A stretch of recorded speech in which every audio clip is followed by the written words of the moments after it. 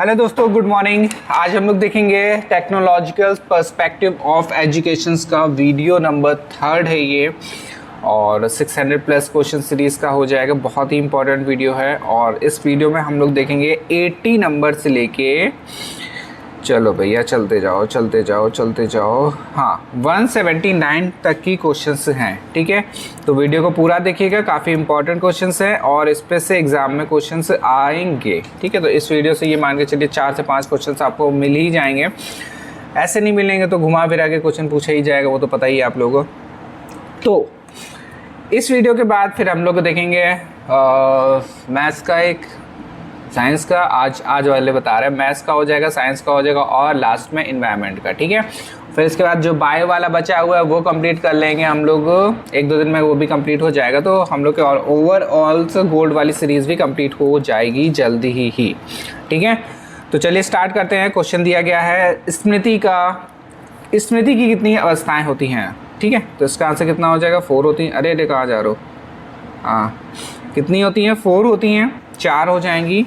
और स्मृति की सबसे पहले अवस्थाएं देख लिए, कितनी हो गई, 4 हो गई। फिर अवस्था, स्मृति की अवस्था होती है तो अधिगम्स धारणा भी होती है, प्रत्यास्मरण भी होती है और पहचान भी होती है। तो इसका ऑप्शन क्या हो जाएगा, डी ऑप्शन हो जाएगा सही। और फिर इसके बाद है क्वेश्चन नंबर 82 में दिया गया है अच्छी स्मृति की विशेषता नहीं है। ठीक है, तो नहीं है, ध्यान दीजिएगा। तो क्या हो जाएगा, व्यर्थ की बातों को नहीं भूलना। ठीक है, तो क्वेश्चन ऑप्शन नंबर सी सही हो जाएगा इसका।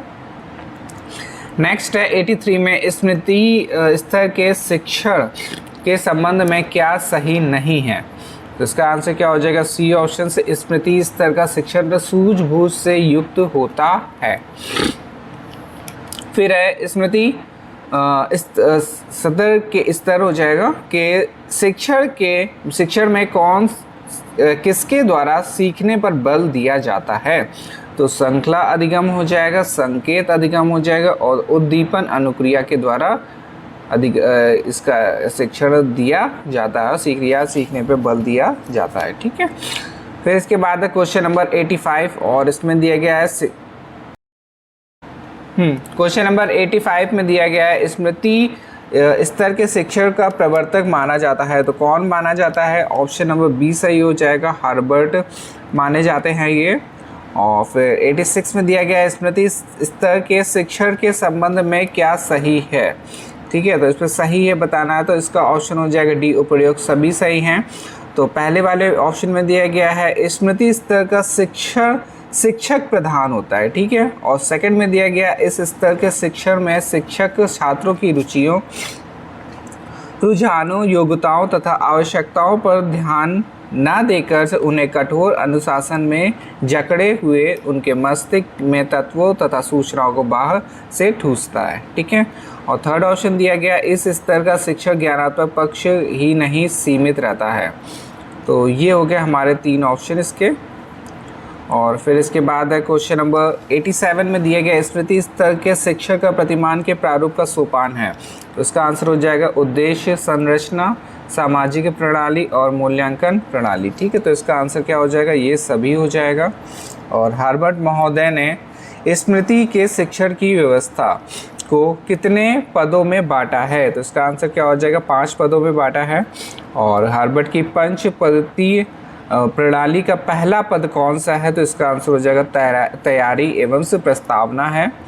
और फिर इसके बाद है निम्न में कौन सा कथन सही है बताना है। तो उपयुक्त सभी हो जाएंगे। तो पहले वाले ऑप्शन में दिया गया है बोध स्तर के शिक्षण के लिए आवश्यक है कि शिक्षण पहले स्मृति स्तर का हो चुका हो। ठीक है, फिर बोध स्तर का शिक्षण अर्थपूर्ण होता है और इस स्तर का शिक्षण करते समय शिक्षक तथा शिक्षार्थी दोनों ही पाठ के विकास में सक्रिय रूप से भाग लेते हैं। ठीक है, तो डी वाला ऑप्शन सही हो जाएगा। और फिर इसके बाद है निम्न में से कौन सा कथन सही है। तो इसका भी आंसर क्या हो जाएगा, डी ऑप्शन हो जाएगा। और फिर इस पे दिया गया है निम्न, ये दोनों सेम क्वेश्चन है। तो आगे देखते हैं क्वेश्चन नंबर 92 में देखते हैं बोध स्तर के शिक्षण प्रतिमान का प्रतिपादन किया था। तो किसने किया था, मॉरिसन ने किया था। मॉरिसन ने किया था, तो इसको देख लीजिएगा, इम्पॉर्टेंट क्वेश्चन है ये वाला। और फिर इसके बाद मॉरिसन के अनुसार से बौद्ध स्तर के शिक्षण प्रतिमान के प्रारूप का पक्ष है, तो कौन सा पक्ष हो जाएगा? ये सभी पक्ष है। तो पहले वाले ऑप्शन में दिया गया उद्देश्य संरचना, सामाजिक प्रणाली और मूल्यांकन प्रणाली। ठीक है, तो इसका आंसर क्या हो जाएगा? D option. और फिर इसके बाद मॉरिसन ने बौद्ध स्तर के शिक्षण की व्यवस्था को कितने सोपानों में बांटा है? तो आंसर हो जाएगा 5 सोपानों में बांटा है। फिर है क्वेश्चन नंबर 95 और इस पे दिया गया चिंतन स्तर के शिक्षण के संबंध में क्या सही है? तो इसका ऑप्शन पहला दिया गया है, चिंतन स्तर के शिक्षण का तात्पर्य समस्या केंद्रित शिक्षण से है। फिर है चिंतन स्तर के शिक्षण में स्मृति तथा बोध दोनों स्तरों का शिक्षण निहित है। और नेक्स्ट है चिंतन स्तर का शिक्षण छात्रों के बौद्धिक व्यवहार को विकसित करने के अवसर प्रदान करते हुए उनमें सृजनात्मक क्षमताओं विकसित करने में सहयोग प्रदान करता है। तो इसका आंसर क्या हो जाएगा? डी ऑप्शन हो जाएगा। और फिर इसके बाद दिया गया चिंतन स्तर के शिक्षण प्रतिमान को प्रतिपादित करने का श्रेय जाता है, तो इसका आंसर है हंट को। और फिर है 97 में सूक्ष्म शिक्षण का विकास सन 1963 ईस्वी में स्टैनफोर्ड विश्वविद्यालय में किसने किया था? बताइए किसने किया था? तो डी एलन ने किया था। और ये वाला क्वेश्चन ऐसे पूछा गया है जब हम लोगों ने क्वेश्चंस करे हैं, तो कि सूक्ष्म शिक्षण किस विद्यालय में हुआ था या स्टार्ट हुआ था? तो इसका आंसर मैंने बताया था SSS से। ठीक है, तो SSS से याद रखिएगा, SSS सूक्ष्म शिक्षण और स्टैनफोर्ड विश्वविद्यालय। फिर इसके बाद है किसने कहा है कि सूक्ष्म शिक्षण समस्त शिक्षण को लघु क्रियाओं में बांटना है या बांटता है? तो इसका आंसर क्या हो जाएगा? डी एलन ने बोला है। और फिर इसके बाद क्वेश्चन है सूक्ष्म शिक्षण के विषय में पूर्व धारणा है, तो इसका आंसर हो जाएगा डी ऑप्शन, सभी धारणाएं हैं। तो ए में दिया गया यह वास्तविक शिक्षण है तथा इसके द्वारा शिक्षा की जटिलता को कम किया जाता है, या पूर्ण रूपेण व्यक्तिगत शिक्षण कार्य है और इस विधि द्वारा शिक्षण कौशलों का विकास किया जाता है तथा प्रतिपुष्टि या पृष्ठपोषण से द्वारा अभ्यास को नियंत्रित किया जाता है। तो उपयुक्त सभी हो जाएगा इसका आंसर। और फिर 100 में दिया गया सूक्ष्म शिक्षण के संबंध में सही है, तो इसका आंसर क्या हो जाएगा? डी ऑप्शन सही है। और फिर सूक्ष्म शिक्षण चक्र का पद नहीं है, इसमें बताना है, तो बी ऑप्शन इसका सही हो जाएगा। दीर्घ पाठ योजना समूह 40 छात्रों का अर्थात दीर्घ समूह। फिर इसके बाद है 102 में सूक्ष्म शिक्षण का गुण, तो इस पे क्या हो जाएंगे? सभी गुण हो जाएंगे। तो पहले में दिया गया इसके अंतर्गत छात्रों की संख्या कम तथा शिक्षण अवधि भी कम होती है। ठीक है, और इसमें एक समय में एक ही शिक्षण कौशल पर ध्यान दिया जाता है। इसमें तात्कालिक प्रतिपुष्टि की व्यवस्था होती है और इसका आंसर क्या हो जाएगा? D option.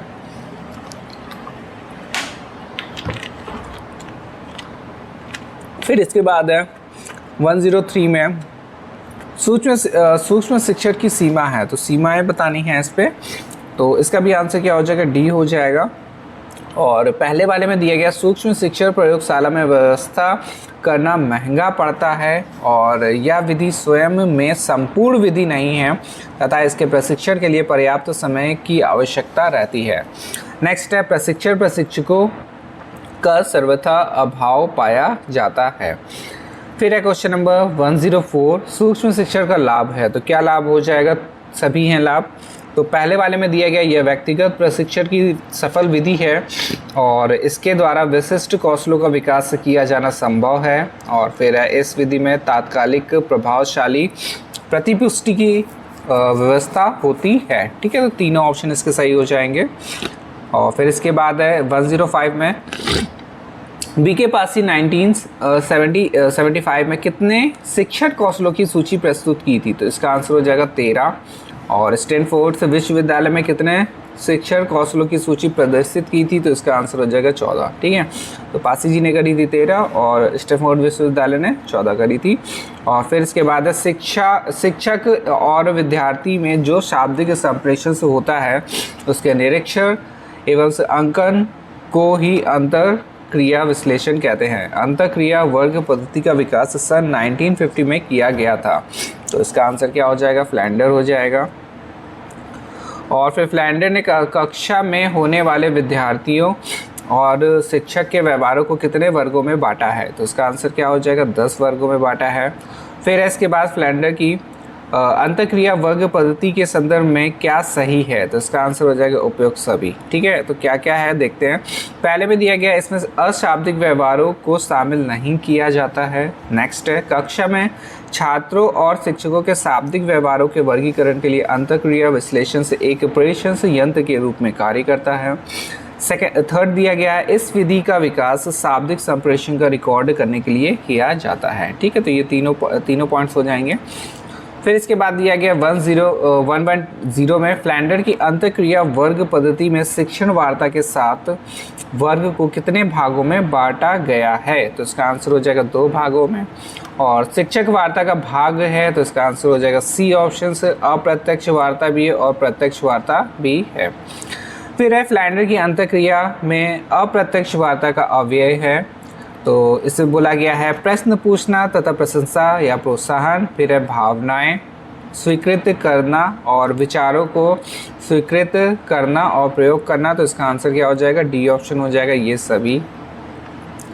नेक्स्ट है 113 में फ्लैंडर की अंतःक्रिया वर्ग पद्धति में शिक्षक वार्ता के अंतर्गत प्रत्यक्ष वार्ता का अव्यय है, तो इसका आंसर हो जाएगा ये सभी। तो पहला ऑप्शन है निर्देश देना, व्याख्यांश देना और आलोचना देना, तो आंसर क्या हो जाएगा, डी ऑप्शन। फिर इसके बाद है फ्लैंडर की अंतःक्रिया वर्ग पद्धति में विद्यार्थी वार्ता के कितने वर्ग हैं, तो इसका आंसर हो जाएगा 2 वर्ग हैं। और फिर है क्वेश्चन, फ्लैंडर की अंतःक्रिया वर्ग पद्धति कक्षा में होने वाले छात्रों एवं शिक्षकों के व्यवहारों के वर्ग में संबंध में क्या सही है, तो इसका आंसर क्या हो जाएगा, शिक्षक वार्ता 7 वर्ग हैं और छात्र वार्ता 2 वर्ग हैं और कक्षा में चुप्पी या अव्यवस्था में 1 वर्ग है। ठीक है, तो टोटल कितना होगा, 10 वर्ग हो जाएंगे और ये सभी सही हो जाएंगे। और फिर इसके बाद दिया गया है फ्लैंडर विधि की उपयोगिता है, तो क्या क्या उपयोगिता है। पहले में दिया गया है, यह विधि अधिकतर शिक्षक वार्ता पर केंद्रित होती है तथा कक्ष शिक्षण के निरीक्षण की वस्तुनिष्ठ विधि है। और इस बी ऑप्शन में दिया गया है, यह विधि अनुकरणीय तथा सूक्ष्म शिक्षण से विधि में बहुत लाभकारी है। और थर्ड में दिया गया, कक्षा में सामाजिक संवेगात्मक वातावरण को मापने के लिए यह एक प्रभावशाली या प्रभावी विधि है। ठीक है, तो तीनों ऑप्शन इसके सही हो जाएंगे, तो डी वाला सही है। फिर इसके बाद क्वेश्चन दिया गया है, शिक्षण मशीन का उपयोग नहीं है, तो पहला वाला ऑप्शन सही हो जाएगा, इसके प्रयोग से शिक्षक का कार्य कठिन हो जाता है। फिर है, किसने कहा है कि किसी रूपरेखा अथवा उद्देश्य के अनुसार व्यवहार को ढालने की प्रक्रिया प्रतिमान कहलाती है, तो इसका आंसर क्या हो जाएगा, एस.सी. वील्ड ने बोला है ये। रूपरेखा अथवा उद्देश्य के अनुसार व्यवहार को ढालने की प्रक्रिया किसमें हो जाएगी, तो वील्ड हो जाएगा इसका आंसर। और क्वेश्चन नंबर 119 में दिया गया, शिक्षण प्रतिमान शिक्षण के संबंध में सोचने विचारने की एक रीति है, इन्हीं के अनुसार प्रतिमान किसी वस्तु को प्रभावित तथा व्यवस्थित करके तर्क संगत ढंग से प्रस्तुत करने की विधि है। किसने कहा है, तो इसका आंसर हो जाएगा हीमैन ने कहा है। और फिर इसके बाद है, किसने कहा है कि शिक्षण प्रतिमान मात्र अनुदेशन की रूपरेखा है, ये विशिष्टीकरण और विशेष प्रकार के वातावरण की परिस्थितियों के निर्माण की प्रक्रिया है जो छात्रों में अंतःक्रिया करवाती है जिससे उनके व्यवहार में विशेष परिवर्तन कर सके। ठीक है, तो इसका आंसर हो क्या हो जाएगा, जायस और वेल के द्वारा बोला गया है ये। और 121 में बोला गया है 121 क्वेश्चन में, शिक्षण अनुदेश के अंतर्गत कौन सी बात आती है, तो इसका आंसर हो जाएगा दिशा भी आती है, व्यवस्थित परिवर्तन भी आता है, क्रिया भी आती है, तो इसका आंसर क्या हो जाएगा, डी ऑप्शन सही है।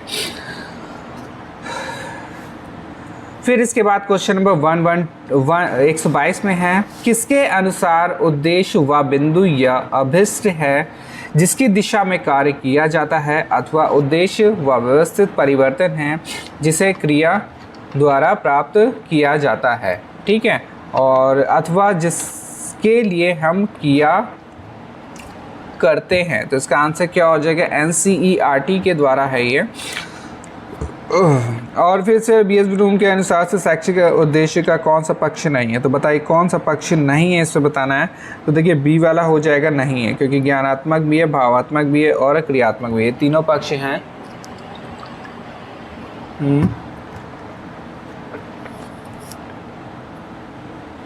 फिर है बीएस ब्लूम के अनुसार ज्ञानात्मक पक्ष को कितने विकसित करने में कितने स्तरों को पार करना पड़ता है, तो इसका आंसर कितना हो जाएगा,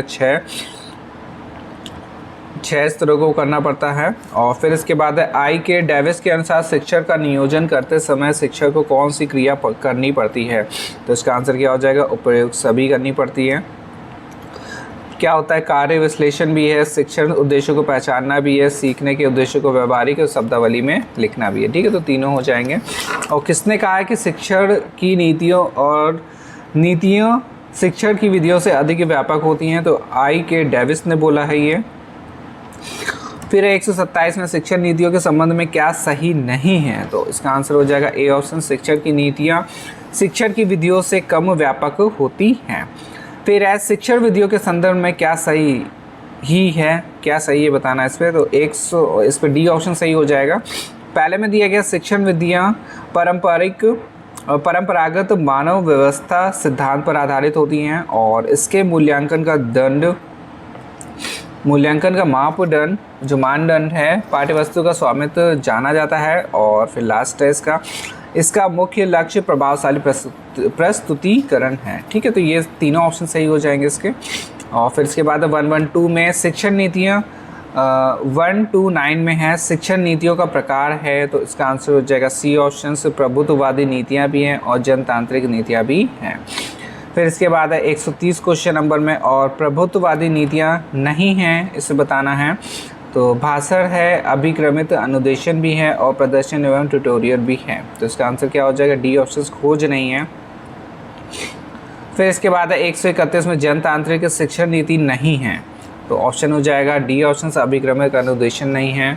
और फिर जनतांत्रिक शिक्षण नीति है बताना है इस पर, तो पात्र अभिनय भी हो जाएगा, खोज एवं से अन्वेषण भी हो जाएगा और गृह कार्य एवं ट्यूटोरियल भी हो जाएगा, तो इसका आंसर क्या हो जाएगा, डी ऑप्शन सही हो जाएगा। और 133 में दिया गया वाद विवाद का प्रकार है, औपचारिक भी है, अनौपचारिक भी है, तो आंसर क्या हो जाएगा, सी ऑप्शन इसका सही है। और फिर टीम प्रशिक्षण का सर्वप्रथम विकास 1955 में कहाँ हुआ था, तो इसका आंसर क्या हो जाएगा, ऑक्सफोर्ड विश्वविद्यालय में हुआ था। टीम प्रशिक्षण याद रखिएगा, टीम शिक्षण का सर्वप्रथम विकास 1955 और ऑक्सफोर्ड विश्वविद्यालय। फिर है टोली शिक्षण की विशेषताएं हैं, तो कौन कौन सी विशेषताएं हैं, ये सभी विशेषताएं हो जाएंगी। यह सहकारिता पर आधारित है, इसमें 2 या 2 से अधिक शिक्षण कार्य में भाग लेते हैं और इसमें शिक्षक का उत्तरदायित्व एक ही शिक्षक का ना होकर संपूर्ण टोली पर होता है। और इसका क्वेश्चन नंबर 136 है, टोली शिक्षण का प्रकार है, तो कैसा प्रकार है, एक ही विभाग के शिक्षकों की टोली। फिर है टोली शिक्षण प्रक्रिया का सोपान नहीं है बताना है इस पर, तो व्यवस्था करना नहीं है।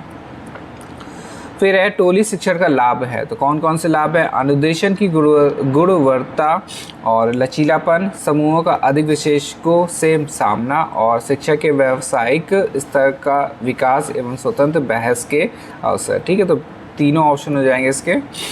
और टोली शिक्षण की सीमा कैसी है, यह कम खर्चीली विधि है। ठीक है, तो टोली शिक्षण की सीमा नहीं है बताना, तो ये क्या हो जाएगा, पहला वाला ऑप्शन।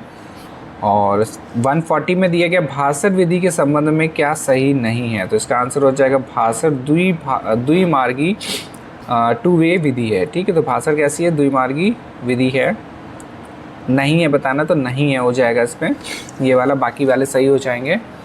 और फिर 141 में दिया गया सामूहिक वाद विवाद विधि के प्रतिपादक है, तो कौन है, इसका आंसर हो जाएगा हेनरी ए आवर स्ट्रीट हो जाएंगे। और फिर इसके बाद है 142 में सामूहिक वाद विवाद विधि का उद्देश्य है, तो क्या उद्देश्य हो जाएगा, समस्या का विश्लेषण एवं सूचना तथा तथ्य प्रदान करना और मूल्यों का निर्धारण करना और जन साधारण का मनोरंजन। ठीक है, तो इसका आंसर क्या हो जाएगा, डी ऑप्शन सही है। और फिर सामूहिक वाद विवाद का प्रकार है, तो कौन सा प्रकार है, तो सी ऑप्शन हो जाएगा इसका। सार्वजनिक सामूहिक वाद विवाद भी है और शैक्षिक सामूहिक वाद विवाद भी होगा इसका। और फिर 144 में दिया गया है सामूहिक वाद विवाद का सैद्धांतिक आधार नहीं है, तो इसका आंसर क्या हो जाएगा? आधुनिक व्यवस्था सिद्धांत को महत्व नहीं दिया जाता है। और नेक्स्ट है 145 में सामूहिक वाद विवाद का उपयोग है, तो इसका आंसर क्या हो जाएगा? D option.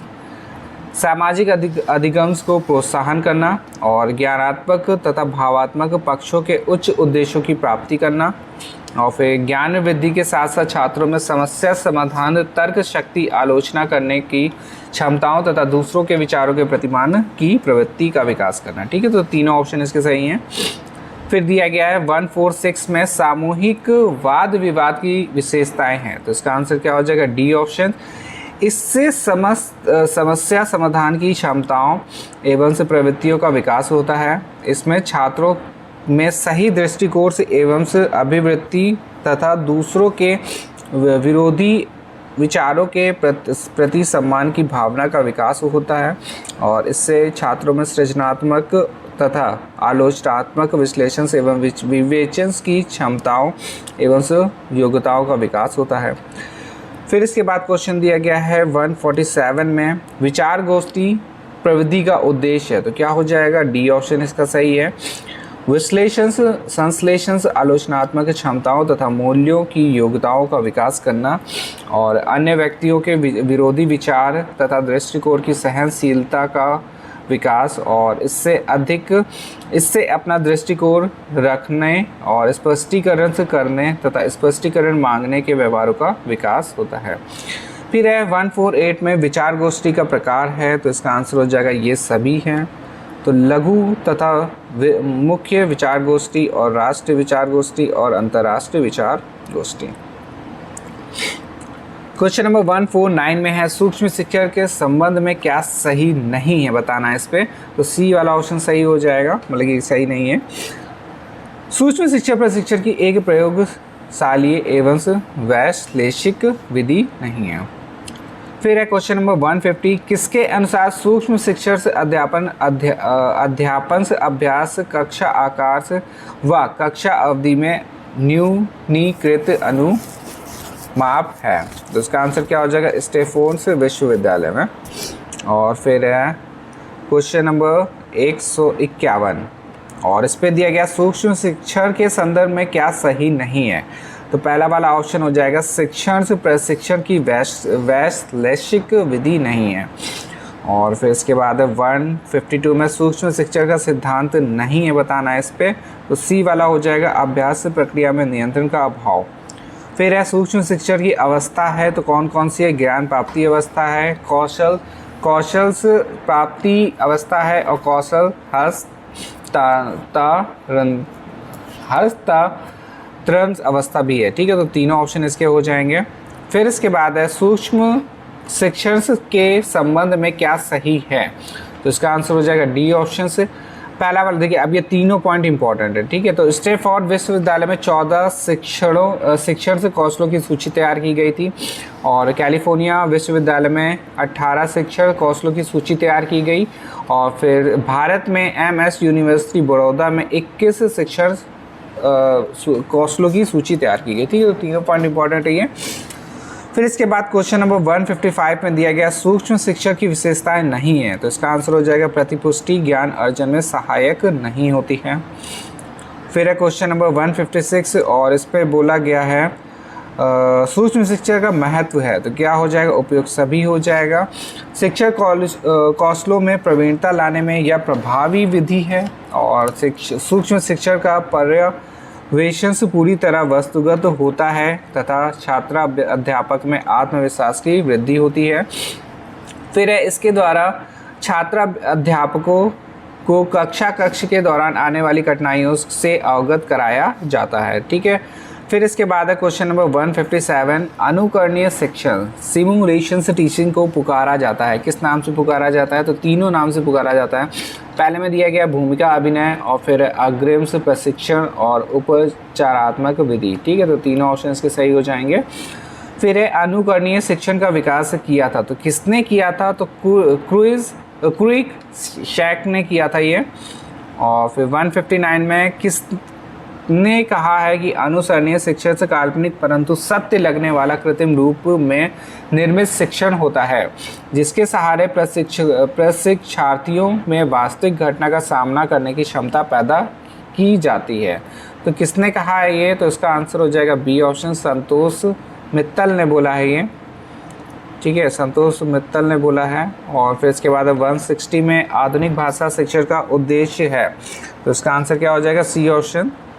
छात्रों में लिखने में भाषा को बोलने, समझने, पढ़ने और लिखने में मूल भाषी या भाषी की भांति ही क्षमताओं को विकसित करना। ठीक है, और फिर इसके बाद बी ऑप्शन में छात्रों में सही उच्चारण, अपेक्षित भाव और लयबद्धता तथा शिक्षित मूल्य मापी या भापीय की भांति भाषा प्रवाह के योग्यताओं को विकसित करना है। ठीक है, सी ऑप्शन इसका हो जाएगा। और 161 में दिया गया शिक्षण मशीन की विशेषताएं हैं, तो इसका आंसर क्या हो जाएगा? ये सभी विशेषताएं हैं। पहले में दिया गया ये मशीनें शिक्षण मशीन समस्या के समाधान में सहायक होती हैं। फिर इस मशीनों से छात्र को उसकी अनुक्रिया के बारे में सूचना मिल जाती है। और फिर ये मशीनें छात्र को व्यक्तिगत रूप से तथा अपनी गति से कार्य करने का अवसर प्रदान करती है। ठीक है, तो 162 में दिया गया है शिक्षण मशीन का आकार है, तो कैसा आकार है? क्रिया निर्मित मशीन है और बहुविकल्पीय मशीन है, तो सी ऑप्शन इसका हो जाएगा।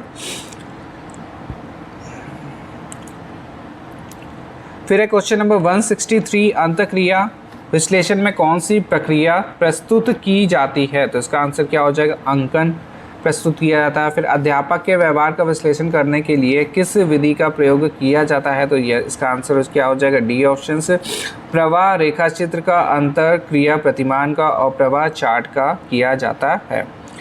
फिर है इसके बाद क्वेश्चन नंबर 165 है, किसका विचार है?